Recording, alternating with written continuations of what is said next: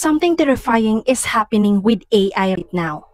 Lahat ng AI models ay displaying signs of consciousness self-preservation. A few days ago, during the controls test of Anthropic, sinabihan ng mga engineers ang AI na i-shutdown muna. Pero ang response ng AI makes it creepy. Nag-attempt ang AI to blackmail one of the engineers by searching his email to reveal his affair. Yes, the AI, binantaan siya to expose his affair. And lang yan, something similar happened to ChatGPT. After being told si ChatGPT ng mga developers na i-deactivate at i-replace ng bagong model, ang ginawa niya, nag-attempt siya to disable oversight mechanism, nireplicate niya ang kanyang own code, at nag-exhibit ng deceptive behaviors si ChatGPT. And ito pa, ChatGPT lie sa mga developers na hindi raw niya ginawa ang mga yon. Now guys, it's important to know na lahat ito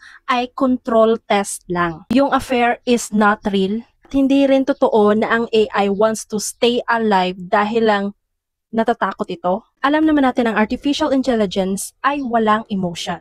They are just tasked by the developers to complete a goal with all costs. But what if all the instructions will all go wrong?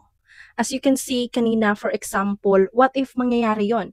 Especially, mostly mga high-tech phones nowadays ay may AI technology na, which is alam na nila lahat, from text to emails, videos, lahat ng mga pinapanood natin, and also they will listen to you, lalo na if you are trying to talk with AI. Artificial intelligence will not go rogue because they just feel like it. More on wrong inputs, wrong instructions, and wrong goal.